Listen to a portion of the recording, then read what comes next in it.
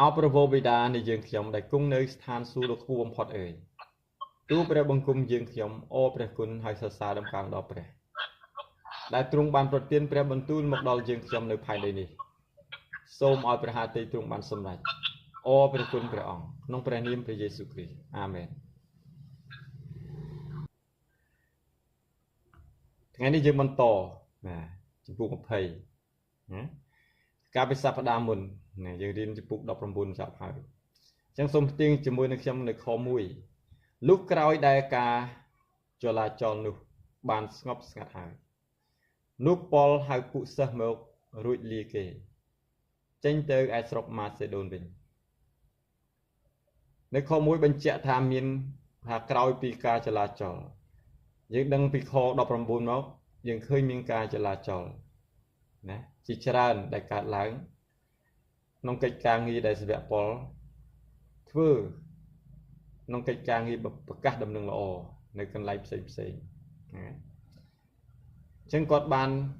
ទៅកូរិនថូសណានៅជំពូក19មានការបៀតបៀនជាខ្លាំងនៅកូរិនថូសនោះដែលហៅថាចលាចលខ1ជំពូក20គឺសាវកប៉ុលបានទៅប្រកាសដំណឹងល្អនៅកូរិនថូសក៏ប៉ះជាមួយនឹងក្រុមដែលថ្វាយបង្គំរូបព្រះឌីអានមានមេខ្យល់ម្នាក់ដែលជាអ្នកជាជាងឆ្លាក់រូបព្រះហ្នឹងពីប្រាក់ពីមាសពីប្រាក់ពីផ្សេងណាហើយពួកគេទាំងអស់នោះបានទទួលការដឹកនាំពីម្នាក់ដែលជាមេខ្យល់ហ្នឹងហើយដែលនាំឲ្យបះបោរឲ្យប្រឆាំងទាស់នឹងប៉ុលប្រឆាំងទាស់នឹងដំណឹងល្អអញ្ចឹងសាវកប៉ុលហើយនឹងក្រុមការងាររបស់គាត់ណាគូកនដំណឹងល្អរបស់គាត់មានឧបសគ្គក្នុងកិច្ចការងារដំណឹងល្អនៅទីនោះណាមានការចាប់មានការបៀតបៀនជាខ្លាំងផងដែរប៉ុន្តែព្រះអង្គមានអំណាចប្រជាស្ដានិងការពារឲ្យដឹកនាំដោះពួកសាវកប៉ុលឲ្យរួចពីដៃរបស់ពួកអ្នកដែលចង់ធ្វើទុកបៀតបៀនដល់គាត់នោះអញ្ចឹងនៅជំពូក20នេះយើងនឹងបន្តទៀតបាទអញ្ចឹងបេសកកម្មជីវិតរបស់សាវកប៉ុលយើងឃើញថាគឺគាត់ថ្វាយទៅព្រះ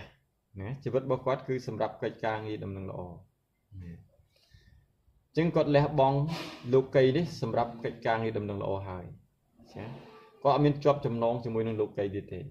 គឺជាប់ជំពាក់នឹងដំណឹងល្អវិញហើយរំលឹកពីបេសកកម្មដំណឹងល្អដែលព្រះអង្គបានដាក់នៅក្នុងពួកយើងសប្តាហ៍ថ្ងៃនេះដែរ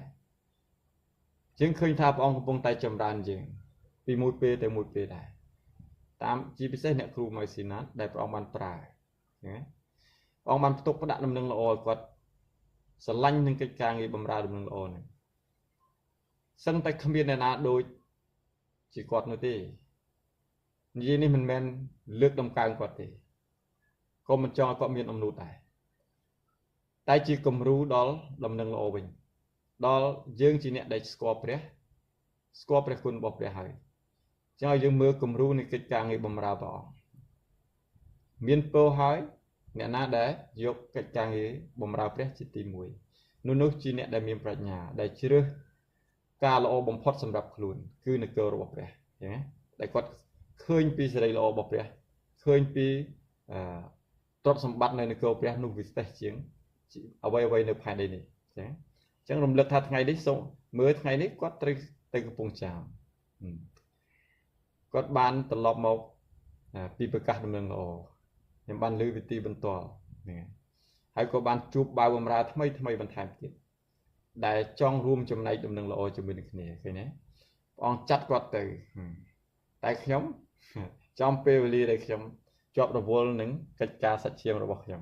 អញ្ចឹងខ្ញុំខកខានមួយពេលដែរឃើញទេនេះហើយដែលខ្ញុំជាប់រវល់នឹងសាច់ឈាមខ្ញុំណាការរវល់របស់សាច់ឈាមអញ្ចឹងឲ្យទៅបង្អាក់ការងារដំណឹងល្អនៅក្នុងខ្ញុំដែរប៉ុន្តែខ្ញុំជឿថាពេលមួយព្រះអង្គនឹងញែកខ្ញុំចេញពីលោកីនេះណាចេញពីការរវល់របស់លោកីនេះសម្រាប់ដំណឹងល្អដែរអញ្ចឹងមិនឲ្យខ្ញុំជំពាក់នឹងលោកីទេឲ្យខ្ញុំជំពាក់នឹងដំណឹងល្អវិញណា ចឹងអូព្រះគុណដល់ព្រះម្ចាស់ហើយគាត់បានឈៀងចូលមកលេងអ្នកម្ដាយខ្ញុំទៀតនៅស្រុកកំណើតខ្ញុំទៅតែម្ដងស្គាល់ណាបាទហើយខ្ញុំអានព្រះគម្ពីរកិច្ចការនឹកឃើញពីសកម្មភាពនៃការងារបម្រើព្រះអង្គនៅក្នុងចំណោមពួកយើងណាឃើញពីការរួបរวมគ្នាការបម្រើព្រះអញ្ចឹងណាឃើញរូបភាពនឹងនៅក្នុងព្រះគម្ពីរកិច្ចការដែរណាចលនារបស់ព្រះវិញ្ញាណកំពុងតែធ្វើការនៅក្នុងពួកយើងនេះជាកិច្ចការងាររបស់ព្រះវិញ្ញាណមិនមែនដោយពឹងអាងខ្លួនយើងទេណាដែលព្រះអង្គបានដឹកនាំយើងឲ្យចម្រើនយើងអាចធ្វើបានណាព្រះអង្គរៀបចំផ្លូវសម្រាប់យើងព្រះអង្គផ្គត់ផ្គង់យើងណាព្រះអង្គថែរក្សាការពារយើងដូចជាសាវកប៉ុលធ្វើចឹងព្រះអង្គគង់នៅជាមួយនឹងគាត់ព្រះអង្គដឹកនាំគាត់បំពេញគាត់តាមអ្វីដែលគាត់ត្រូវការណាមិនឲ្យខ្វះខាតក៏មិនឲ្យលើសបរិបូរណ៍ចំពេលវេលាដែរណាបាទអញ្ចឹងនៅខ1នេះសំដែងពីបេសកកម្មបន្តទៀតរបស់សាវកប៉ុលនៅស្រុកម៉ាសេដូនហ្នឹងហើយអញ្ចឹងបន្ទាប់ពីសាវកប៉ុលចេញពីក្រុងក្រិនថូណាគាត់ធ្វើដំណើរបន្តទៀតទៅម៉ាសេដូនហ្នឹងហើយគោលបំណងរបស់គាត់ទៅគ្មានអីក្រៅពីការប្រកាសដំណឹងល្អទេហើយគោលដៅរបស់គាត់ហ្នឹងហើយជាបន្តបន្ទាប់រហូតទៅដល់ទីក្រុងត្រូអាសណាឆ្លងកាត់តាមផ្លូវដល់ស្រុកម៉ាសេដូនហ្នឹងណាគាត់ប្រកាសដំណឹងល្អរហូតណាគាត់មិនទោះជាគោលដៅរបស់គាត់ទៅម៉ាសេដូនប៉ុន្តែនៅតាមផ្លូវបាទគឺគាត់ប្រកាសដំណឹងល្អណាតំបន់នីមួយៗគឺគាត់ប្រកាសដំណឹងល្អរហូតដល់ក្រុងម៉ាសេដូនដែរនៅដល់ស្រុកម៉ាសេដូនអញ្ចឹងហើយសកម្មភាពរបស់គាត់លើសពីនេះទៅទៀតនោះគឺទៅជួបលោកទីតុហ្នឹងដែលជាគូកនដំណឹងល្អដែលគាត់ផ្ទុកផ្ដាក់ដែរអញ្ចឹងហើយតាមដែលប្រវត្តិសាស្ត្របានឲ្យដឹងថាសាវកប៉ុលបានផ្ទុកផ្ដាក់ដំណឹងល្អនឹងទីតុនៅម៉ាសេដូនហ្នឹងហើយក៏ជាអ្នកដែលអាចទុកចិត្តបានក្នុងការដឹកនាំតាក់ទងនឹងការប្រមូលដង្វាយដែរសម័យកាលនោះបាទទីតុនៅក្នុងហ្នឹងហើយនៅខាងឯត្រូអាសហ្នឹងខ្ញុំរំលឹកកន្លែងហ្នឹងបន្តិចហ្នឹងហើយហើយបើសិនជាបងប្អូនបើសិនជាបានបងប្អូនបើកទៅក្នុងខគម្ពីរមួយខ្ញុំឆែកទៅសិនបាទដើម្បីឲ្យដឹងពីកិច្ចការងារសាវកប៉ុលនៅទីនោះនៅក្នុងព្រះគម្ពីរករិនថូសខ្សែទី2ចំពុក2ខ12ដល់13បាទមានបងប្អូនណាមើលឃើញសូមអានឲ្យខ្ញុំផងព្រះគម្ពីរ2ករិនថូសចំពុក2ខ12ដល់13មានបងប្អូនណាស្ម័គ្រចិត្តអានទេបើអត់មានទេនឹងខ្ញុំអានចុះសូមទាញទាំងអស់គ្នាជាមួយនឹងខ្ញុំបើសិនជាបានបើកគម្ពីរនឹងដែរព្រះគម្ពីរករិនថូសខ្សែទី2ចំពុក2ខ12ដល់13និយាយទៅខ្ញុំរំលឹកបន្តិច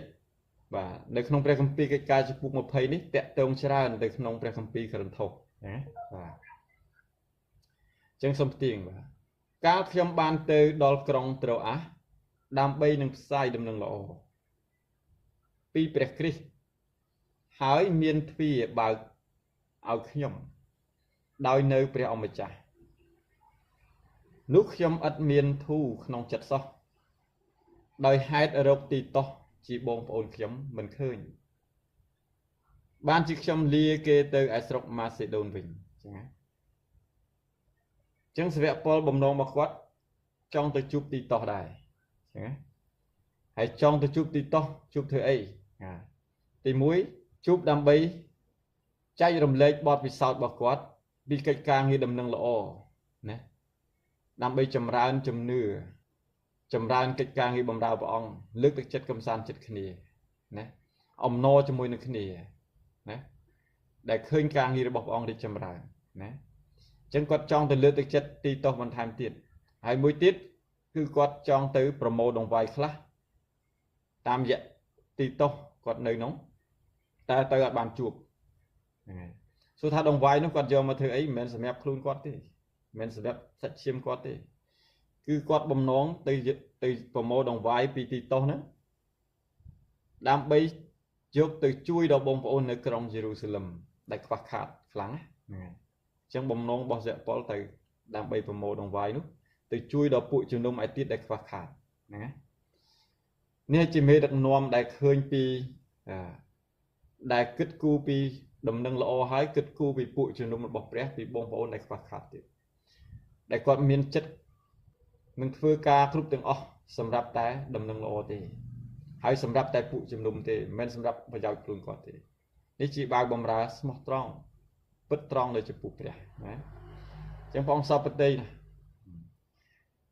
chẳng quạt từ bầm mô đồng vai này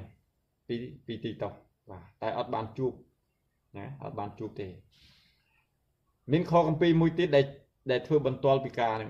này nếu không phải công ty cần thấu sai tì mùi chấm phụ đọc rồi muối kho muối đọc rồi muối này xem an tại đông tây đầm bì màu khát bếp ấy bông phô nan đi miền ấy cót kho công ty này tục tới nào kịp luôn kho công ty này tẹt tông từ nângประวัติปิดได้สเปปอลบานเซนะกอตราได้บันทึกลูกาบานกอตราตุกในขนมเปรียกคัมภีร์กิจการให้เตะตรงตัวนั้นเปรียกคัมภีร์ครันทบได้สเปปอลกอดได้ปีซีจังหวะนี้ไปตรึกนี่จังจอมเปแต่มวยปฏิการนะสเปปอลก็กอดบันทึกลูกาได้กอตราปีในขนมเปรียกคัมภีร์กิจการก็ในยี่ปีการได้นะเปรียกคัมภีร์ครันทบใส่ตีมวยจมปุกดอกประมุยคอมุยดอกคอประมุยไอเลยนึกข้างอาการเลยประสำหรับปุบริสันนึกโจยเนี่ยรอคณีเพื่อโดยจิตขยมบานดำตุกน้องปุจุมนุมในสกกาลตีแตงปนมันได้คือรอตายอาทิตย์น้องไงดำบงนึกเตยเอาเนี่ยรอคณีโปรโมทดักตุกในไว้โดยไหลตามได้เปรียบานจำรานเอาดำใบกานาขยมหมกดอลนุกมันบัดหนึ่งไรติดกานาขยมหมกดอลนุกขยมหนึ่งจัดเนี่ยหน้าได้เป็นจัดเนี่ยรอกนี่เอากันสมบัติหนึ่งยกเตี้ยเตียนระบบเนี่ยรอกนี่เตอดอลกรองเยรูซาเล็มหายบาสันเชียกู้เอาขยมเตยได้นุกเกหนึ่งเตยเจมวยหนึ่งขยมพองกานาขยมบานดากัดสกมาเซโดนหายนุกขยมหนึ่งหมกไอเนรอกนี่บัดขยมตรึกดากัดสกมาเซโดนเส้นเพราะให้จีขยมหนึ่งสนะเนยจีมวยหนึ่งเนรอกนี้บนติหรือออกมวยระดื้อเราเงียพองเตดังดามใบเอาเนรอกนี้บานจุนดำนาขยมเตอไอตีกันไลนาได้ขยมหนึ่งเตอโตเตอมุนตินอเมนนี่จีสกได้ได้สเปปอลบานกอตราตุกในขนมเปรียกกัมปีครันทกใส่ตีมุ้ยบุกดอกประมุยกอดบานดำเลิกอัมปีการเรยประดงไวในขนมปุบงโอนให้ก็บานริบรอบปีสกได้จำเนื้อระบบบงโอนออกนี่ได้สลังนำนังโอให้รวมจำในคณีขนมกาดักดงไวดอกเปรียช่วยดอกปุจุนมเด็กสาวเด็กฝากคัดในกรุงเยรูซาเล็มเห็นไหมกอดบานเลือดจัดมาดอลปุยยืงรอคณีได้เนี่ยโคมปีนี้ลึกในเยี่ยมปีปุจุลมในสมัยกาปุสเวะก็ฉลองเป็นจังปีสิกได้จำนวนบงโอนสดไงได้จำบานคืนจะแสดงยังไงเห็นไหมได้บงโอนมีนจัดบังสลังเปรี้ยมีนจัดจองคืนดำเนินรอในจำร้านให้มินจัดดูอันนั้นเราบงโอนได้ควักคัดได้สาวได้เห็นไหมบงโอนคลักบ่ากวดเฮียนทวายดงไวเตียงได้ครูนกวดควักขาดพอเตียงได้ครูนกวดขมิ้นพอเนี่ยดูให้จิตตกจัดได้โบได้สับเจนดีกว่าได้สลังได้โมปิเปรียมันบานเกิดปีประโยชน์ครูนไอหรือก็ควักขาดเลยตาเฮียนเพื่อทวายดอกเปรียชมสมอานคองปีหนึ่งมาดองติดลึกตึกจัดบงโอนนะ ឥឡូវនេះខាងឯការរៃប្រាក់សម្រាប់ពួកបរិសុទ្ធនោះចូលឲ្យអ្នករកគ្នាធ្វើដូចជាខ្ញុំបានផ្ដាំទុកក្នុងពួកជំនុំនៅស្រុកកាឡាទីទាំងប៉ុន្មានដែរអញ្ចឹងសាវកប៉ុលក៏ធ្វើនៅកាឡាទីដែរណាអញ្ចឹងរបៀបរបបរបស់គាត់ដឹកនាំយើងមើលតទៀតរាល់ថ្ងៃអាទិត្យគឺរាល់តែអាទិត្យក្នុងថ្ងៃដំបូងបានថាគាត់លើកទឹកចិត្តឲ្យពួកជំនុំនៅទីនោះបងប្អូននៅទីនោះបានរៃប្រាក់តាមការស្ម័គ្រចិត្តរបស់ខ្លួនរៀងរាល់ថ្ងៃអាទិត្យណាត្រៀមជាស្រេចទៅពេលណាគាត់ទៅដល់គឺប្រមូលតែម្ដងមិនចាំបាច់ពេលដែលគាត់ទៅដល់អាឡែតែដើរប្រមូលគ្នាទេណាគឺម្នាក់បានត្រៀមដង្វាយនេះជាស្រេចសម្រាប់រៀងរាល់ថ្ងៃអាទិត្យហ្នឹងពេលដែលគាត់ទៅដល់គឺគាត់ប្រមូលយកមកតែម្ដងណានោះត្រូវឲ្យអ្នករាល់គ្នាប្រមូលដាក់ទុកនៅអ្វីៗដោយឡែកតាមដែលព្រះបានចម្រើនឲ្យអញ្ចឹងគាត់ថាតាមតែព្រះគុណនៃព្រះបានចម្រើនឲ្យបានន័យថាបើយើងខ្វះខាតថ្វាយតាមអ្វីដែលយើងមានតិចថ្វាយតិចទៅអ្នកណាដែលមានច្រើនតាមតែព្រះគុណបានប្រទានមកឲ្យយើងថ្វាយតាមដែលយើងមានទៅមិនមែនតាមអ្វីដែលយើងគ្មានទេអញ្ចឹងណាអញ្ចឹងគាត់លើកទឹកចិត្តប៉ុណ្ណឹងសូមឲ្យបងប្អូនថ្វាយតាមអ្វីដែលអាចធ្វើទៅបានដែលមានហ្នឹងហើយណាប៉ុន្តែលើសពីនេះទៅទៀតដែលគាត់លើកមកនិយាយបាទពិសេសដើម្បីកាលណាខ្ញុំមកដល់នោះខ្ញុំមិនចាំបាច់នឹងរៃទៀតកាលណាខ្ញុំមកដល់នោះខ្ញុំនឹងចាត់អ្នកណាដែលពេញចិត្តអ្នករកគ្នាមានន័យថាពេលដែលគាត់មកដល់សិវពលនឹងរៀបចំម្នាក់ដែលក្នុងពួកបងប្អូនទុកចិត្តបានណាថាជាអ្នកដែលអាចទុកចិត្តបាននឹងរក្សាទុកដង្វាយនឹងណាឲ្យកាន់សម្បត្តិនឹងយកទេយទានរបស់អ្នករកគ្នាអញ្ចឹងមានម្នាក់ដែលមានកេរ្តិ៍ឈ្មោះល្អណាជាអ្នកដែលអាចទុកចិត្តបានណាសាវកពលនឹងរើសគាត់មកសម្រាប់ប្រមូលដង្វាយហ្នឹងឃើញហើយនឹងកាន់សម្បត្តិមកជាមួយផងទៅដល់ក្រុងយេរូសាឡឹមណាអញ្ចឹងគាត់នឹងចាត់ម្នាក់ដែលបងប្អូនទាំងអស់គ្នានៅទីនោះបានព្រមព្រៀងគ្នាថាគាត់ជាម្នាក់អាចទុកចិត្តបានមិនធ្វើឲ្យបាត់ដង្វាយនឹងទេណាហើយភ្ជាប់ទៅជាមួយនឹងសម្បត្តិមួយហើយឲ្យគាត់ចាត់ឲ្យគាត់ទៅក្រុងយេរូសាឡឹមពួកជំនុំដែលខ្វះខាតនៅទីនោះណាអញ្ចឹងសិវពលនឹងចាត់ម្នាក់ទៅប្រមូលដង្វាយនឹងឲ្យយកទៅឲ្យបងប្អូននៅក្រុងយេរូសាឡឹមបាទនោះគេនឹងទៅជាមួយនឹងខ្ញុំផងកាលណាខ្ញុំបានដើរកាត់ស្រុកម៉ាស៊ីដូនហើយនោះខ្ញុំនឹងមកឲ្យអ្នករកគ្នាត្បិតខ្ញុំត្រូវដើរកាត់ស្រុកម៉ាស៊ីដូនសិនប្រហែលជាខ្ញុំនឹងស្នាក់នៅជាមួយនឹងអ្នករកគ្នាបន្តិចឬអស់មួយរដូវរងាផងបាទអញ្ចឹងសាវកពលស្នាក់នៅទីនោះផងដែរណាមួយរយៈពេលរបស់គាត់អញ្ចឹងណាបាទខ្ញុំអានខគម្ពីរមួយទៀតបាទដែលតេតងនឹងដង្វាយនឹងដែរ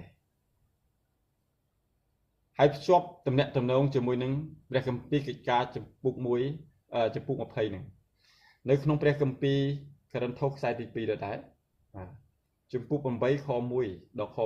9ហើយបានខ្ញុំលើកការនឹងមកនិយាយបាទហើយបានខ្ញុំលើកផ្ដោតទៅលើថ្វាយដង្វាយនៅថ្ងៃនេះពីព្រោះដើម្បីបងប្អូនបានយល់ពីកិច្ចការងារបម្រើព្រះអង្គមានបងប្អូនខ្លះដែលឆេះឈួលនៃការបម្រើព្រះគាត់អត់មានការងារធ្វើគឺគាត់គិតតែពីកិច្ចការងារបម្រើព្រះអង្គទេចឹងហើយបានជាត្រូវមានចំណែកពីបងប្អូនដាក់ដង្វាយទើបអាចកិច្ចការងារព្រះអង្គនេះអាចរីកចម្រើនទៅបានហើយខ្ញុំនិយាយបន្តិចពីរឿងដង្វាយរឿងការនឹងដែរណាចឹងហើយដើម្បីឲ្យនគរព្រះរីកចម្រើនណាមិនមែនយើងធ្វើការបម្រើព្រះតែឯងរីកចម្រើនបានទេកុំឲ្យអួតពីខ្លួនយើងថាបម្រើព្រះតែឯងបានណាមិនបាច់មានអ្នកណាអត់ទេបាទអញ្ចឹងកិច្ចការងារបម្រើព្រះអង្គទៅរួបរวมគ្នាតែមួយណាចង្កឹះមួយបាច់ត្រូវរួមគ្នាបានរីកចម្រើនហើយអរិយក៏មិនអាចប៉ះពាល់បានដែរអញ្ចឹងក្នុងកិច្ចការងារប្រកាសដំណឹងល្អត្រូវមានដង្វាយទៅជាមួយអញ្ចឹងបងប្អូនមានតាមធនធានដែលខ្លួនអាចធ្វើទៅបានឃើញទេមិនបាច់ចាំលើសពីកម្លាំងខ្លួនឯងហ្នឹងហើយតែធ្វើទៅតាមអ្វីដែលព្រះគុណរបស់ព្រះបានចម្រើនដល់យើងផ្ដល់ឲ្យយើងចាស់ នោះព្រះអង្គសពប្រតិហើយណាអញ្ចឹងខ្ញុំអានខនេះបន្តទៀតបាទតាមកម្លាំងដែលយើងធ្វើបានហើយបានជាព្រះសពប្រតិនឹងឲ្យយើងថ្វាយអ្វីដែលយើងមានពីការនឿយហត់របស់យើងបាទតើព្រះគ្មានអំណាចនឹងជប់មាសប្រាក់ឲ្យយើងទេទេមើលបងប្អូនគិតមើលព្រះដ៏មានគ្រប់ទាំងអំណាចជាស្ដាព្រះនៃឋានសួគ៌ដែលបង្កើតអ្វីមាសប្រាក់គឺមកពីព្រះតាធនធានទាំងអស់មកពីព្រះតាណាតែហេតុអីបានជាព្រះមិនជប់របស់នឹងមកឲ្យយើងណាមានឆ្ងល់ហើយបើសិនជាព្រះជប់របស់នឹងឬក៏កំណត់នឹងមកឲ្យយើងវាអត់តម្លៃទេអញ្ចឹងណាគឺព្រះអង្គចង់ឃើញពីការប្រឹងប្រែងរបស់យើងអស់ពីចិត្តរបស់យើងថ្វាយទៅព្រះវិញទោះតិចក្តីច្រើនក្តីព្រះអង្គទតឃើញពីសេចក្តីជំនឿយើងដែលស្រឡាញ់ព្រះដែលលះបង់ខ្លួនឯងការនឿយហត់របស់ខ្លួនឯងសម្រាប់នគរព្រះអញ្ចឹងព្រះអង្គចង់ឃើញពីការដែលយើងធ្វើចេញពីចិត្តរបស់យើងចេញពីកម្លាំងញើសឈាមរបស់យើងអស់ពីចិត្តរបស់យើងទោះតិចតួចក្តីព្រះអង្គរាប់ថាច្រើនបំផុតឃើញទេដែលព្រះយេស៊ូវមានបន្ទូលថាស្ត្រីម្នាក់ដែលថ្វាយតិចជាងគេនឹងត្រឡប់ជាច្រើនជាងគេវិញឃើញទេអ្វីដែលគាត់គ្មានគាត់ថ្វាយឃើញទេគាត់ថ្វាយទៅអ្វីដែលគាត់គ្មានផងអញ្ចឹងព្រះយើងមិនមែនជាព្រះដែលជប់កំណប់មកឲ្យយើងទេដើម្បីយកដង្វាយមកថ្វាយព្រះទេណាអត់ប្រយោជន៍ទេព្រះអង្គអត់មានធ្វើការអញ្ចឹងទេណាព្រះនៃយើងព្រះអង្គមានអំណាចធ្វើគ្រប់ការទាំងអស់បានប៉ុន្តែការមួយដែលព្រះអង្គសពតិនោះគឺព្រះអង្គសពតិឲ្យយើងធ្វើអ្វីចេញពីដួងចិត្តរបស់យើងវិញពីកម្លាំងរបស់យើងវិញណាពីកិច្ចការងារដែលយើងធ្វើថ្វាយទៅព្រះអស់ចេញពីចិត្តរបស់យើងវិញណាចេញពីញើសឈាមយើងវិញនោះទើបជាដង្វាយដ៏បរិសុទ្ធណាមិនដង្វាយមកពីការបន្លំគេលួចគេឬក៏សូមកំណប់ពីព្រះនោះទេអញ្ចឹងអត់ទេបាទអញ្ចឹងព្រះរបស់យើងខុសពីអរិយសតាំងណាអរិយសតាំងគឺជាមេបញ្ឆោតហើយជាមេរួងបញ្ឆោតជាងហ្នឹងហើយអញ្ចឹងកុំឲ្យយើងត្រូវបញ្ឆោតតាមអរិយសោះណាកុំឲ្យយើងស្វែងរកការទាំងអស់នោះស្វែងរកនៅគោព្រះទីវិញកំណប់បំផុតដែលធំបំផុតសម្រាប់យើងគឺព្រះគ្រីស្ទណាមិនមែនរបស់ទាំងអស់នោះទេអញ្ចឹងព្រះគ្រីស្ទគឺជាកំណប់ដ៏វិសេសសម្រាប់យើងហើយណាមិនស្វែងរកកំណប់ណាទៀតទេអញ្ចឹងខ្ញុំអាននៅក្នុងព្រះគម្ពីរក្រឹនថូសខ្សែទី2ចំពុក8ខ1ដល់ខ9បងប្អូនអើយយើងខ្ញុំប្រាប់ឲ្យអ្នករាល់គ្នាដឹងពីព្រះគុណនៃព្រះណាសិរៈពររំលឹកគាត់ដោយសារគាត់អីគាត់អំណរឃើញការរួបរวมគ្នារបស់បងប្អូនរួមដាក់ដង្វាយណាតាមព្រះគុណដែលផ្ដល់ឲ្យពួកគាត់ហើយជាមួយខ្ញុំអានឲ្យស្ដាប់បាទបងប្អូនអើយយើងខ្ញុំប្រាប់ឲ្យអ្នករាល់គ្នាដឹងពីព្រះគុណនៃព្រះដែលបានផ្ដល់មកពួកជំនុំទាំងប៉ុន្មាននៅស្រុកម៉ាសេដូនថាការមានសេចក្តីទុក្ខលំបាកកំពុងតែលបងគេជាខ្លាំងនោះសេចក្តីអំណរជាបរិបូរណ៍និងសេចក្តីកំសត់ទុរគតរបស់គេបានបណ្ដាលឲ្យគេមានចិត្តសទ្ធាដល់លឹះលុបវិញណាសិទ្ធិសរសើរដំកើងដល់ព្រះពីព្រះគុណរបស់ព្រះដែលឃើញថាបងប្អូននៅម៉ាសេដូនដែលកំពុងតែជួបភាពខ្វះខាតណាការលបងលើជាច្រើនការលបងលើនឹងភាពខ្វះខាតហ្នឹងឯងណាពេលខ្លះបងអនុញ្ញាតឲ្យមានការខ្វះខាតមកដល់ណានៅក្នុងភូមិស្រុកណាមួយឬក្នុងហេតុការណ៍ណាមួយសម័យកាលណាមួយហើយក៏ក្នុងចំណោមនោះក៏មានពួកអ្នកជឿព្រះក៏ជួបហ្នឹងហើយការហេតុការណ៍នឹងដែរភាពខ្វះខាតដែរឃើញទេព្រះអង្គអនុញ្ញាតឲ្យឃើញដែរឃើញទេឲ្យគេជួបប្រទះដែរណាដើម្បីឲ្យឃើញពីជំនឿរបស់គេដែរអញ្ចឹងសាវកប៉ុលឃើញថានៅពេលសម័យកាលនោះណាទោះបើបងប្អូននៅម៉ាសេដូនមើលទៅដូចជាខ្វះខាតណាដូចជាមិនមានអ្វីទេតែការខ្វះខាតពួកគេនោះបែរជាបណ្ដាលឲ្យគេមានសទ្ធាលើសទៅទៀតឃើញទេរួបរวมគ្នាលើសទៅទៀតឃើញទេបែរជាចេះស្រឡាញ់គ្នាណាចេះទំនុកបំរុងគ្នាចេះរួបរวมគ្នាចេះបំពេញគ្នាឃើញទេ នេះដែលព្រះអង្គសពតិមិនមែនពេលខ្វះខាតណាគិតតែប្រយោជន៍តខ្លួនទេណាអ្នកណាដែលមានឲ្យបងប្អូនដែលគ្មានខ្ញុំនឹកឃើញពីខគម្ពីរនៅក្នុងព្រះគម្ពីរកិច្ចការដែលពួកគេលក់របស់ទាំងអស់រាប់ថាជាសម្បត្តិរួមបាទអ្នកណាមានអ្វីអ្នកណាមានដីលក់ដីមានទ្រព្យសម្បត្តិអីលក់ហើយប្រមូលមកជារបស់រួមណាក្នុងពួកជំនុំហ្នឹងណាអញ្ចឹងអ្នកដែលខ្វះខាតក៏បរិបូរអ្នកបរិបូរក៏បរិបូរជាមួយគ្នាអញ្ចឹងអត់មានអ្នកណាខ្វះខាតអត់មានណាបរិបូរលើគេទេបានន័យថាទាំងអស់គ្នាបរិបូរជាមួយគ្នាចា៎អញ្ចឹងសិរៈពលគាត់អំណរដែលឃើញថាបងប្អូនទោះបើជួបការលបងលោនៃការខ្វះខាតគ្រាទុកលំបាកយ៉ាងណាក៏ដោយតែដោយសារតែគេស្គាល់ព្រះគុណរបស់ព្រះណាសេចក្តីស្រឡាញ់របស់ព្រះមានការរួបរួមហើយមានចិត្តសទ្ធានឹងលើសទៅទៀតឃើញទេអញ្ចឹងសម័យកាលយើងខ្ញុំឃើញបងប្អូនអញ្ចឹងក្នុងចំណោមពួកបងប្អូនយើងក៏មានណាបងប្អូនដែលមានចិត្តបរិសុទ្ធស្រឡាញ់ព្រះកោតខ្លាចព្រះណាដែលគាត់ហ៊ានថ្វាយទាំងអ្វីដែលគាត់គ្មានផងឃើញណាបំពេញចម្រើនដល់បងប្អូនចែករំលែកគ្នាឃើញណាអរគុណដល់ព្រះខ្ញុំឃើញហើយខ្ញុំមានអំណរណាពេលខ្លះខ្ញុំអត់ហ៊ានទទួលដងវាយពីបងប្អូនទេហើយខ្ញុំមិនដឹងទេណាគ្រាន់តែថាដងវាយបងប្អូនដាក់មកខ្ញុំឃើញថាហួសពីកម្លាំងបងប្អូនខ្ញុំអត់ហ៊ានទទួលទេណាបើតិចតួចខ្ញុំទទួលអាហ្នឹងសម្រាប់ខ្ញុំណាហើយដែលបានខ្ញុំធ្វើអញ្ចឹងណាពីព្រោះខ្ញុំមានមុខរបររបស់ខ្ញុំមានការងាររបស់ខ្ញុំដែលព្រះអង្គផ្គត់ផ្គង់ឲ្យខ្ញុំហើយអញ្ចឹងបងប្អូនមិនបាច់ថ្វាយមកខ្ញុំទេអញ្ចឹងណាបងប្អូនថ្វាយទៅបងវាយដងវាយនោះទៅកាន់បងប្អូនឯទៀតដែលត្រូវការជាចាំបាច់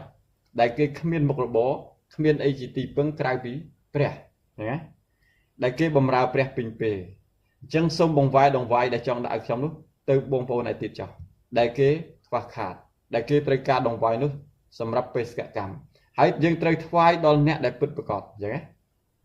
មិនថ្វាយអ្នកដែលពុតត្បត់ទេថ្វាយដងវាយនោះឲ្យត្រូវនឹង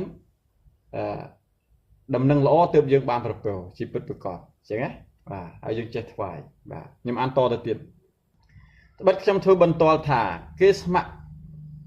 ចិត្តតាមកម្លាំងគេឃើញទេបងប្អូនស្ម័គ្រចិត្តទេមិនមែនឲ្យបង្ខំទេហើយមានអ្នកខ្លះហួសកម្លាំងទៀតឃើញទេ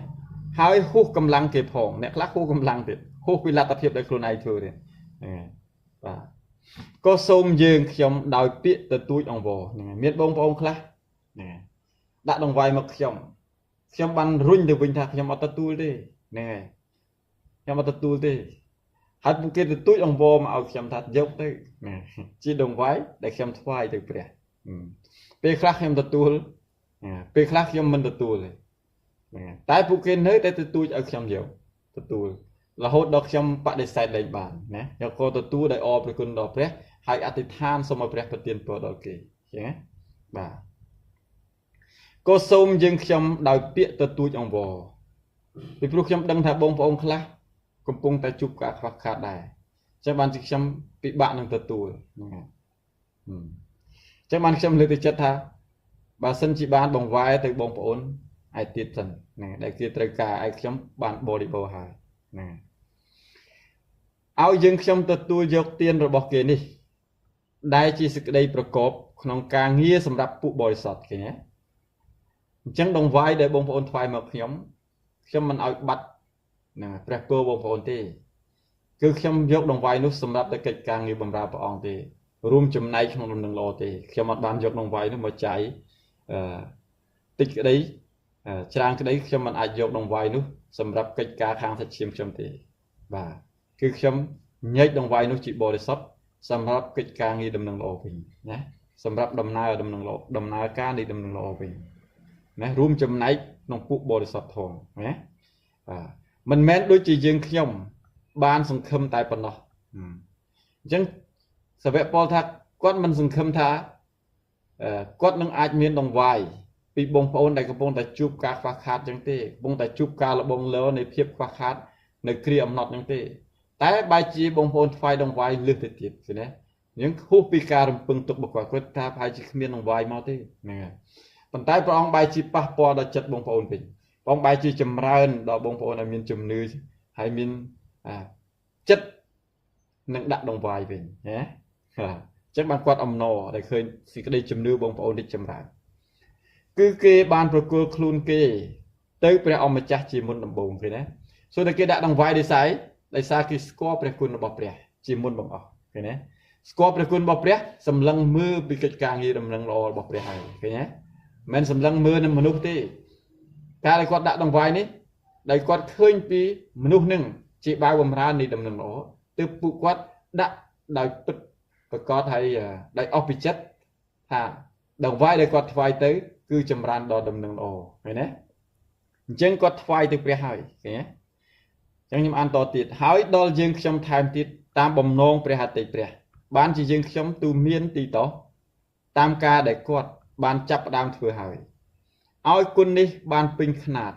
នៅក្នុងពួកអ្នករាល់គ្នាដែរដើម្បីឲ្យអ្នករាល់គ្នាបានធ្វើគុណនេះរឹតតែច្រើនឡើង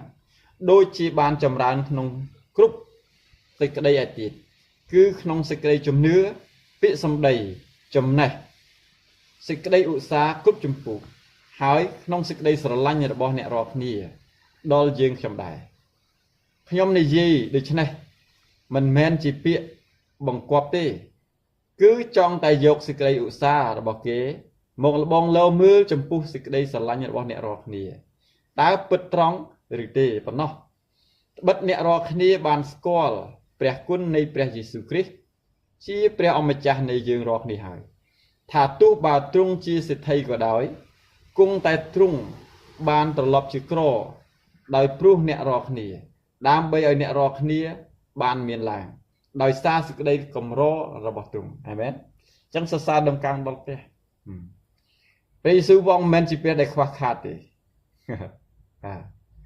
តែព្រះអង្គជាព្រះជាម្ចាស់លើគ្រប់ទាំងអស់ណាជាម្ចាស់លើធនធានទាំងអស់ណាទ្រព្យសម្បត្តិមានអីព្រះដែលខ្វះណាតែព្រះអង្គសុខចិត្តបន្ទាបខ្លួនណាក្រីក្រដើម្បីឲ្យយើងមានហើយបើយើងមានឲ្យយើងមានព្រះពរឲ្យយើងមានរង្វាន់ក្នុងកិច្ចការងារដែលយើងថ្វាយដល់ព្រះឃើញទេមិនព្រះយេស៊ូវក្រទេហ្នឹងហើយពីព្រោះព្រះអង្គចង់ឃើញយើងធ្វើការចេញពីចិត្តរបស់យើងណាព្រះអង្គមានអំណាចនឹងជប់មាសប្រាក់ឲ្យយើងបានតែព្រះអង្គអត់ធ្វើទេណាគឺព្រះអង្គសុខចិត្តឲ្យយើងមានព្រះពរជាបរិបូរណ៍សម្រាប់ជីវិតយើងនៅឯនគរព្រះវិញតាមរយៈមើលទៅដូចជាក្រអញ្ចឹងណាដូចជាព្រះរបស់យើងមិនបានផ្ដល់អីមកឲ្យយើងសោះខាងឯទ្រព្យសម្បត្តិណាប៉ុន្តែគឺត្រឡប់ជាមានដើម្បីឲ្យយើងមានវិញណាមាននៅឯនគរព្រះទ្រព្យសម្បត្តិ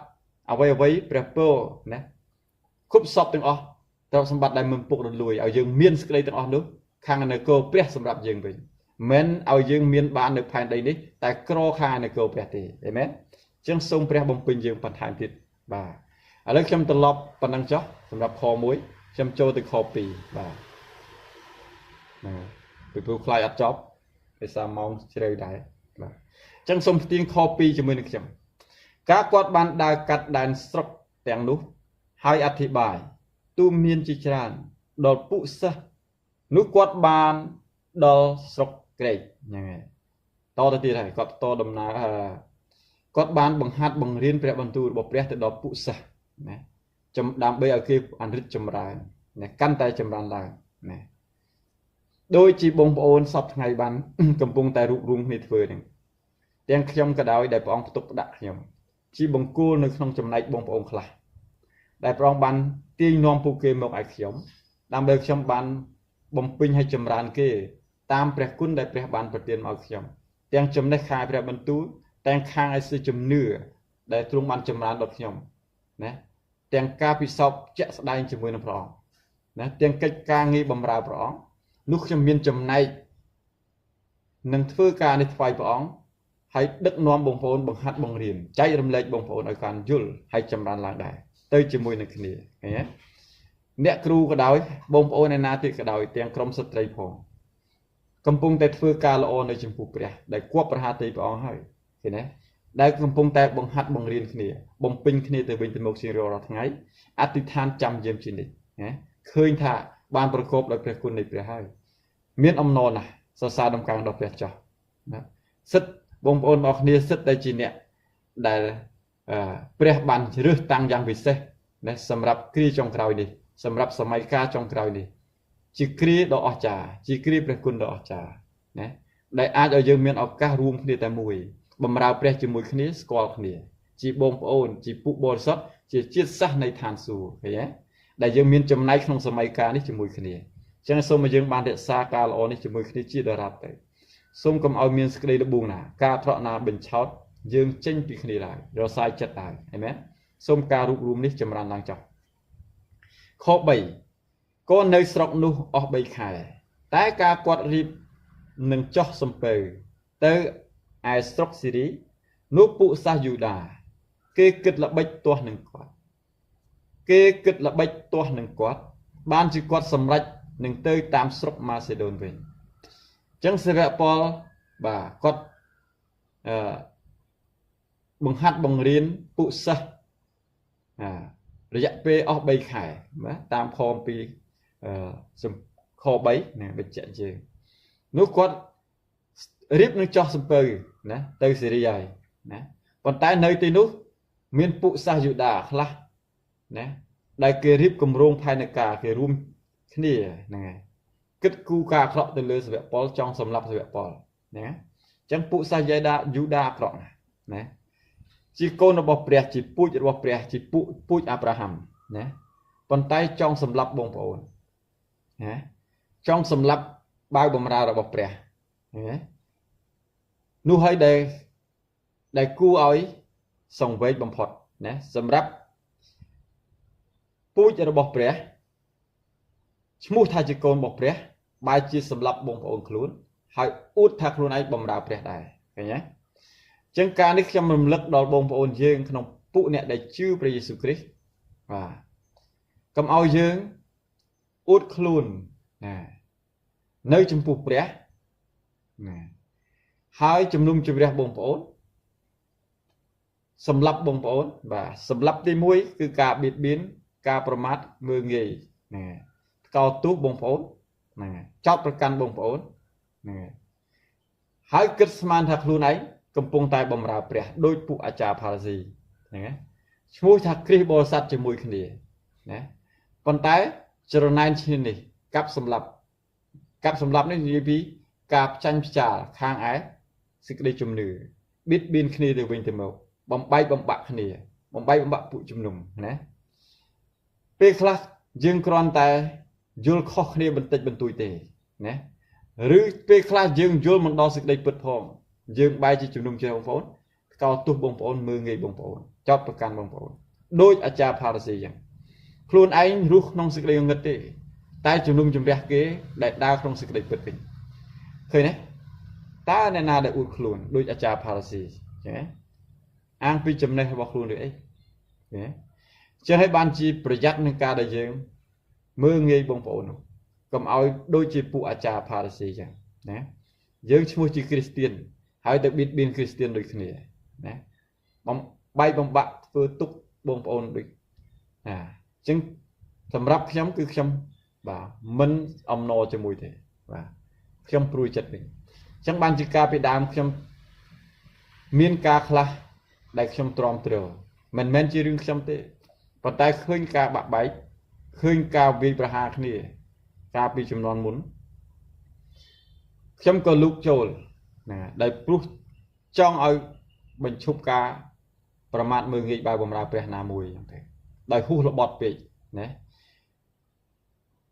ក៏មានការជាច្រើនដែលខ្ញុំបាទត្រូវទទួលជាមួយនឹងគេដែរតែហ្នឹងហើយខ្ញុំមិនចង់រំលឹកពីការនេះទេបាទពីព្រោះវាកន្លងទៅតែខ្ញុំបានឆ្លងកាត់អញ្ចឹងណាបាទពីព្រោះខ្ញុំមិនចង់ឃើញការអាក្រក់របស់រសតាដែលបំបែកបំបាក់ពួកជំនុំពួកបរិសុទ្ធជាមួយគ្នាដែលព្រោះគ្រាន់តែយល់ខុសគ្នាបន្តិចបន្តួចប៉ុណ្ណោះអញ្ចឹងណាខ្ញុំសូមអានខ4បាទបន្តទៀតមានសូប៉ាត្រុសដែលនៅក្រុងបេរ៉ាអឺរីស្តាកនិងសេគុនដោះពីពួកថេសាឡូនីកកៃកុសនិងធីម៉ូថេ ពីក្រុងដឺបេហើយទីឃីកូនិងត្រូភីមពីស្រុកអាស៊ីគេជូនដំណើរទៅត្រឹមស្រុកអាស៊ីបាទនៅខ4នេះបញ្ជាក់ថានៅក្នុងចំណោមពួកគូកនណាទៅជាមួយសិវពលមានច្រើនគ្នាណានៅកន្លែងនោះបាទយើងមើលបាទមានកន្លែងផ្សេងពួកគេមកពីកន្លែងផ្សេងមករួមដំណើរជាមួយគ្នាបេសកកម្មជាមួយគ្នាខ្ញុំនៅចាក់រេក្រៅអ្នកគ្រូនៅតាក់ខ្មៅបងប្អូនខ្លះនៅខាងវត្តភ្នំណាហើយបងប្អូនខ្លះនៅខាងកំពង់ធំនៅកន្លែងផ្សេងសត្វតែស្កាត់មកជួបគ្នាទៅបម្រើព្រះជាមួយគ្នាឃើញទេអញ្ចឹងសម័យកាលនោះដូចគ្នាដែរណាឃើញថាពួកបរិសុទ្ធមកពីគ្រប់ទីកន្លែងទាំងអស់រួមចិត្តគ្នាតែមួយបម្រើព្រះជាមួយគ្នាណាបាទអញ្ចឹងចង់ឃើញការរួបរួមអញ្ចឹងអត់ចង់ឃើញការបែកបាក់ណាហើយអំនួតខ្លួនឯងទេអំនួតណាទាំងចំណេះទាំងសេចជំនឿអំនួតទៅខ្លួនឯងណាជឿតែម្នាក់ឯងទៅបម្រើព្រះតែម្នាក់ឯងទៅហ្នឹងហើយអត់ប្រយោជន៍ហ្នឹងហើយអំនួតដូច្នោះអត់ប្រយោជន៍ហើយក៏មិនគួរប្រហាទីព្រះដែរអញ្ចឹងខ្ញុំសូមផ្ទៀងទៅខ5មួយទៀត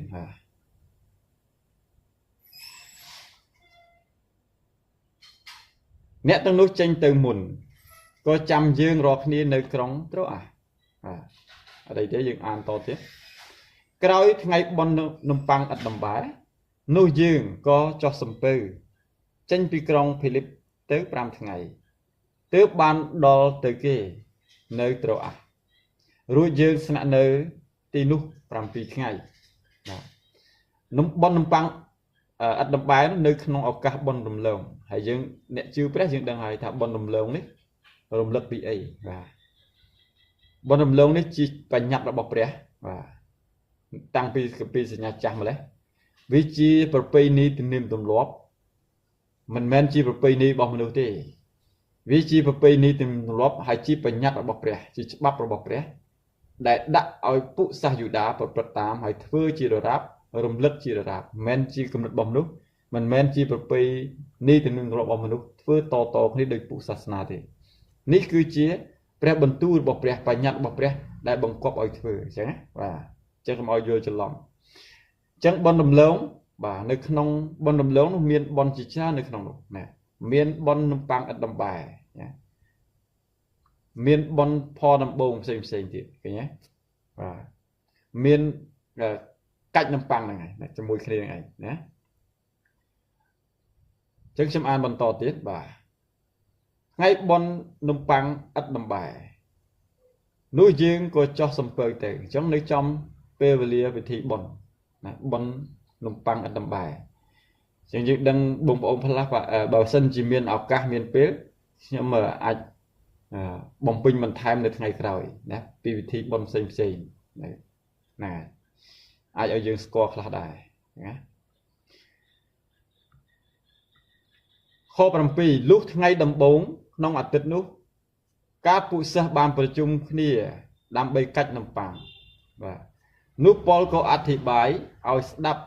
ដោយព្រោះគាត់រៀបនឹងចេញដំណើរទៅនៅខ7មាន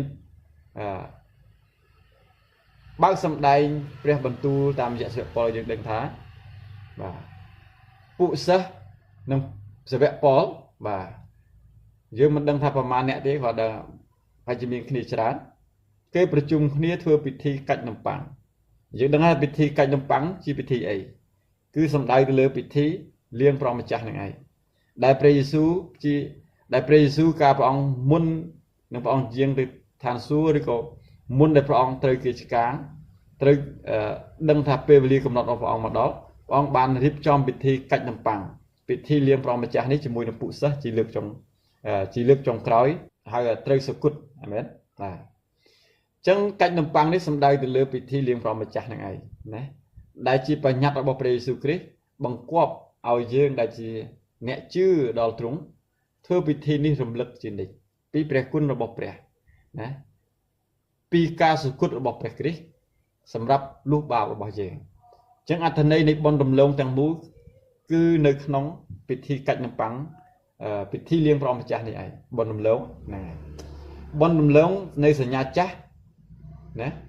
បានបុណ្យរំលងនៃសញ្ញាចាស់ណាដែលព្រះអង្គបានដោះអ៊ីស្រាអែលចេញពីគ្រោះទាំង10ណាគ្រោះកាច់ទាំង10នៅអេស៊ីបនោះបាទជាហេតុផលដែលមានបុណ្យរំលងណាជានិមិត្តរូបនៃបុណ្យរំលងការសម័យកាលដែលព្រះអង្គរំដោះអ៊ីស្រាអែលចេញពីទីសកលអេស៊ីបហើយនឹងគ្រោះកាច់ទាំង10នឹងឯងហើយបុណ្យរំលងនេះឯងដែលតំណាងជានិមិត្តរូបនៃការរំដោះរបស់ព្រះ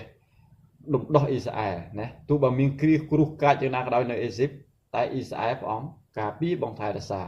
ចឹងបានជាព្រះអង្គបង្គាប់ឲ្យធ្វើបុណ្យរំលងនេះតកូនតចៅរំលឹកពីសេចក្តីសង្គ្រោះរបស់ព្រះដល់ពួកអ៊ីស្រាអែលនៅសម័យកាលនោះពីទីសកលរបស់អេស៊ីបណាអញ្ចឹងបុណ្យរំលងនោះជាស្រមោលនៃពិធីលៀងព្រះម្ចាស់ណាជានិមិត្តរូបពិធីលៀងព្រះម្ចាស់នេះជានិមិត្តរូបនៃបុណ្យរំលងនោះឯងតំណាងឲ្យការសុគតរបស់ព្រះយេស៊ូវគ្រីស្ទរំដោះយើងពីទីសកលនៃអំពើបាបរួចពីចំណងអរិយសតាំងណាអេស៊ីបជាអរិយសតាំងដែលគ្រប់គ្រងអ៊ីស្រាអែលចងអ៊ីស្រាអែលណារាប់ឆ្នាំណាជាង400ឆ្នាំណាជាទីសកលរបស់វាអញ្ចឹងយើងដែលពីដើមមិនទាន់ស្គាល់ព្រះយេស៊ូវក៏ជាប់ចំណងសាសនាចំណងនៃអំពើបាបចំណងអរិយសតាំងត្រូវវិនិច្ឆ័យដែរប៉ុន្តែដោយសារតែព្រះលិខិតព្រះយេស៊ូវគ្រីស្ទរូបកាយព្រះយេស៊ូវគ្រីស្ទនោះគឺជាបុណ្យរំលងនៃសញ្ញាថ្មីហើយហៅថាពិធីលៀងព្រះម្ចាស់នៃសញ្ញាថ្មីណាដែលដោះយើងឲ្យរួចពីចំណងបរិសតារួចពីបណ្ដាសានៃបាបណាឲ្យយើងមានសេរីភាពដែលព្រះអង្គរំដោះយើងដោយព្រះលិខិតព្រះយេស៊ូវគ្រីស្ទណាព្រោះនៅសម័យកាលបុណ្យរំលងសញ្ញាចាស់នោះ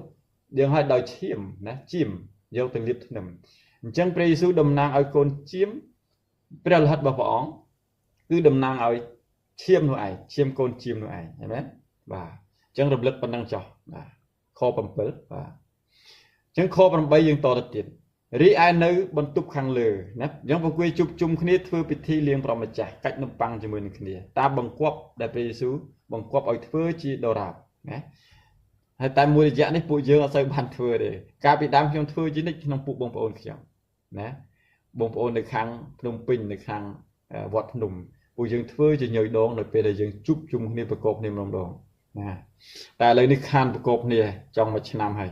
តើបានធ្វើពិធីនេះម្ដងហើយខ្ញុំសង្ឃឹមថាយើងនឹងរៀបចំធ្វើឡើងវិញណារំលឹក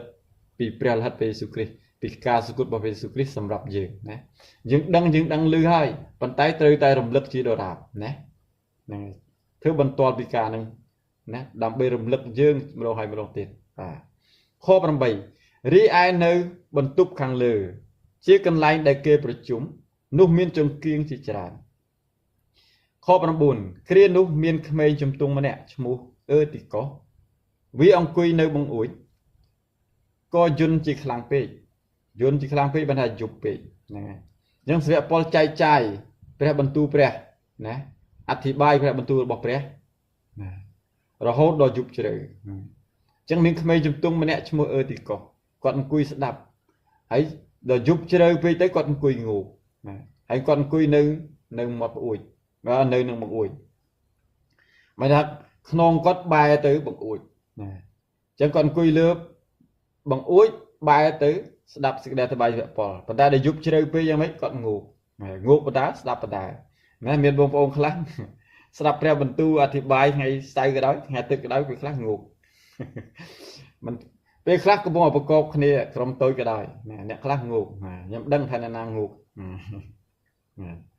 អញ្ចឹងងូកណាតែល្អហើយដែលយើងងូកមិនអង្គុយនៅមាត់ប្អួចណាបើអង្គុយនៅមាត់ប្អួចធ្លាក់ដូចជាទីកុសដែរតែដោយសារយើងងូកអង្គុយលើឥដ្ឋអង្គុយលើនៅក្នុងផ្ទះអាហ្នឹងអត់ធ្លាក់អីទេអង្គុយលើកៅអីអាហ្នឹងអត់ធ្លាក់ទៅណាទេតែទីកុសគាត់អង្គុយនៅបង្អួចអញ្ចឹងដល់ពេលកាន់តែជ្រៅទៅងូកធ្លាក់ពីលើប្អួចដល់ដេឃើញទេហើយក៏ស្លាប់ទៅអានតទៀត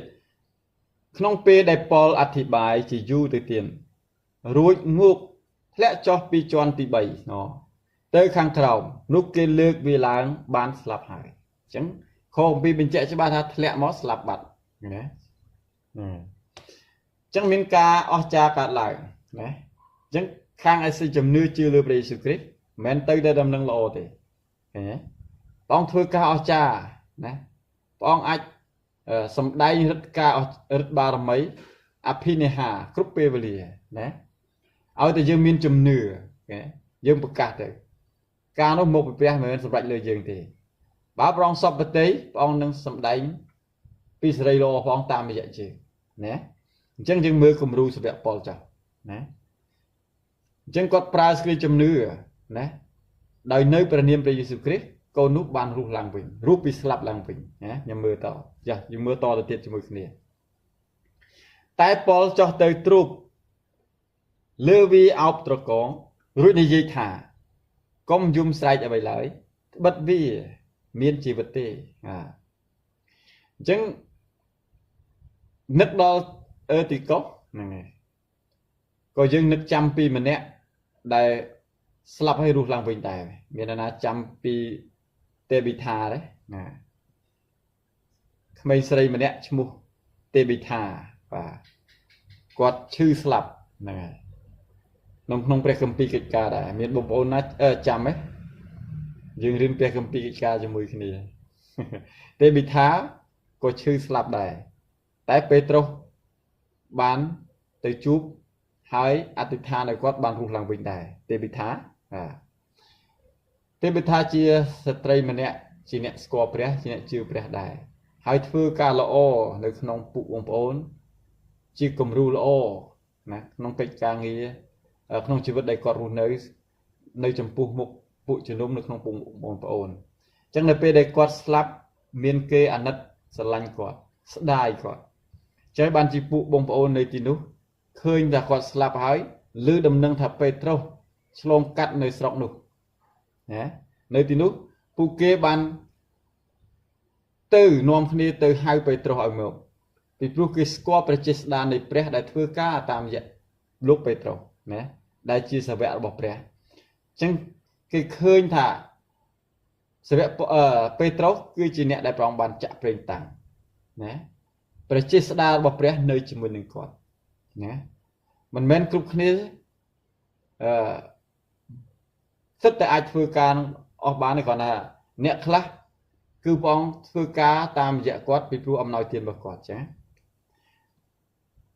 ជាពិសេសព្រះអង្គជ្រើសរើសគាត់សម្រាប់ជាអ្នកដឹកនាំចឹងបានជាព្រះអង្គសពប្រហាតីនឹង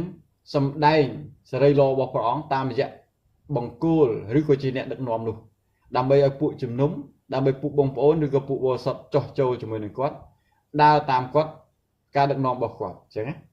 ទោះបើយើងជាកូនរបស់ព្រះមានសិទ្ធិអំណាចជាកូនព្រះដូចគ្នាមែនប៉ុន្តែមានអំណោយទានដែលព្រះអង្គឲ្យយើងចោះចូលមានមេដឹកនាំមានបង្គោលដឹកនាំយើងណាអញ្ចឹងហើយការខ្លះព្រះអង្គធ្វើតាមរយៈមេដឹកនាំច្រើនណាតាមរយៈអ្នកដែលព្រះអង្គចាក់ប្រេងតាំងជាពិសេសហ្នឹងហើយមិនមែនទូទៅអាចធ្វើគ្រប់ការទាំងអស់បានទេណាអញ្ចឹងតាមអំណោយទានហ្នឹងហើយឲ្យយើងយល់ពីការនេះដែរអញ្ចឹងខ្ញុំបងប្អូនបើចង់ដឹងអានរឿងហ្នឹងណាទៅក្នុងព្រះគម្ពីរកិច្ចការចំពោះ9ណាខ40ទៅរឿងអានទៅនឹងយល់ពីកិច្ចការរបស់ព្រះវិញ្ញាណតាមរយៈសាវកពេត្រុសដែលប្រោះទេប៊ីថាឲ្យរស់ពីស្លាប់ឡើងវិញដែរចាដោយសាវកប៉ុលបានធ្វើទៅលើទីកុសដែរអញ្ចឹងបាទអញ្ចឹងយើងសពថ្ងៃដូចគ្នាដែរបងប្អូនអាចនឹងប្រទះការអស្ចារ្យណា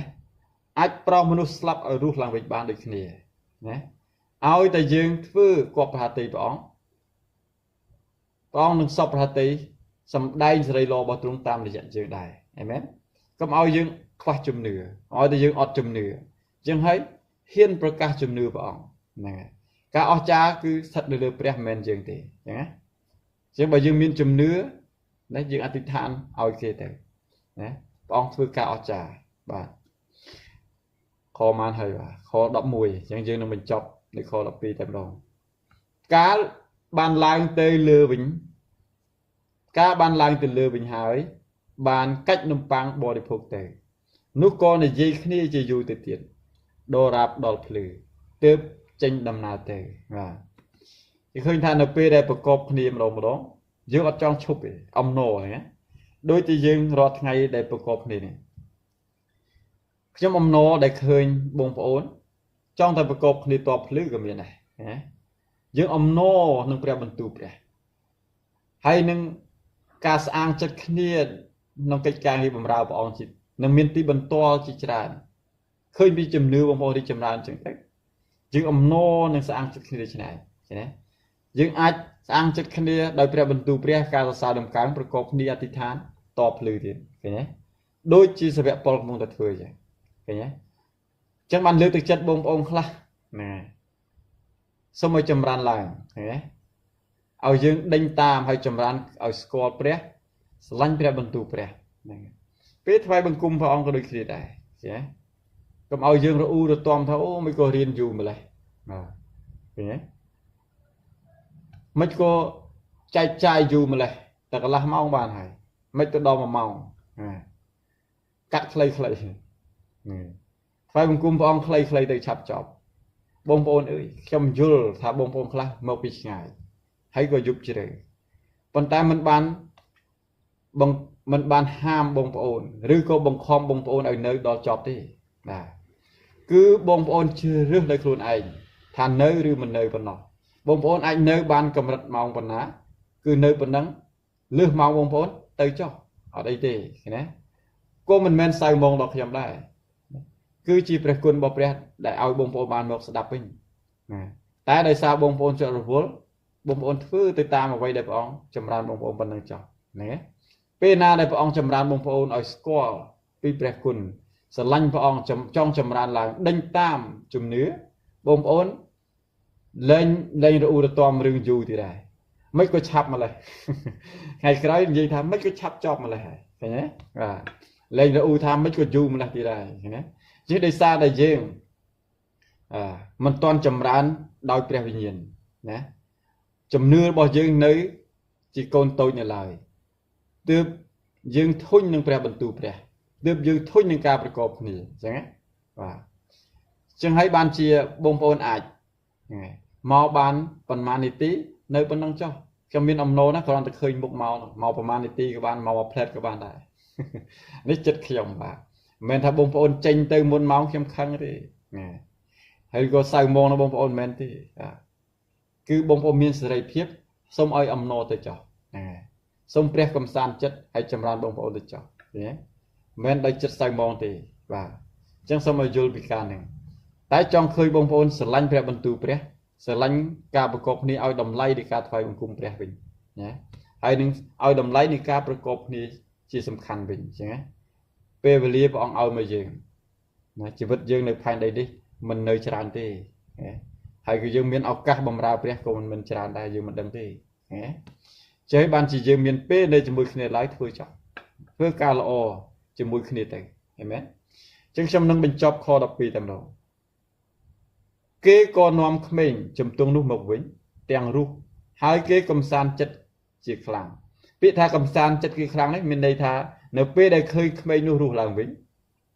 ឃើញពីសេរីល្អរបស់ព្រះការអស្ចារ្យរបស់ព្រះពួកគេមានអំណរណាដែលឃើញថាព្រះរបស់យើងល្អណាស់ដល់យើងដែលព្រះអង្គបានសង្គ្រោះក្មេងនោះឲ្យរស់មានជីវិតឡើងការអស្ចារ្យនោះណាកំសាន្តចិត្តពួកគេណាកំសាន្តចិត្តពួកគេឲ្យអំណរក្នុងការដែលស្គាល់ព្រះដ៏អស្ចារ្យឃើញណានឹងការដែលគេបានរួបរวมគ្នាណាតែមួយណាក្នុងព្រះអង្គម្ចាស់ជាមួយគ្នាហើយព្រះអង្គបានសម្ដែងប្រជាស្ដាររបស់ព្រះអង្គនៅកណ្ដាលពួកគេឲ្យឃើញការជាក់ស្ដែងឃើញទេតើប្រមាណអ្នកដែលអាចឃើញសេរីល្អរបស់ព្រះដូច្នេះតើប្រមាណអ្នកដែលព្រះអង្គសម្ដែងឲ្យឃើញការជាក់ស្ដែងដូច្នេះឃើញទេចឹងហើយតើយើងមិនអំណរតើយើងមិនកំសាន្តចិត្តមិនអស្ចារ្យនៅក្នុងចិត្តហើយស្រែកសរសើរអំកើងដល់ព្រះនៃយើងទេឬអីឃើញទេដែលព្រះអង្គបានសម្ដែងពីជាស្ដាររបស់ព្រះអង្គនៅកណ្ដាលយើងណាឯអ្នកឯទៀតចង់ឃើញចង់យល់តែមិនស្គាល់សោះនេះជាព្រះគុណបំផុតសម្រាប់យើងដែលស្គាល់ព្រះដ៏ជាព្រះដ៏ពិតតែមួយអេមែនចឹងសូមព្រះប្រទានពរហើយសូមបងប្អូនណាម្នាក់អធិដ្ឋានបញ្ចប់ផងដែរសូមព្រះអង្គប្រទានពរអេមែន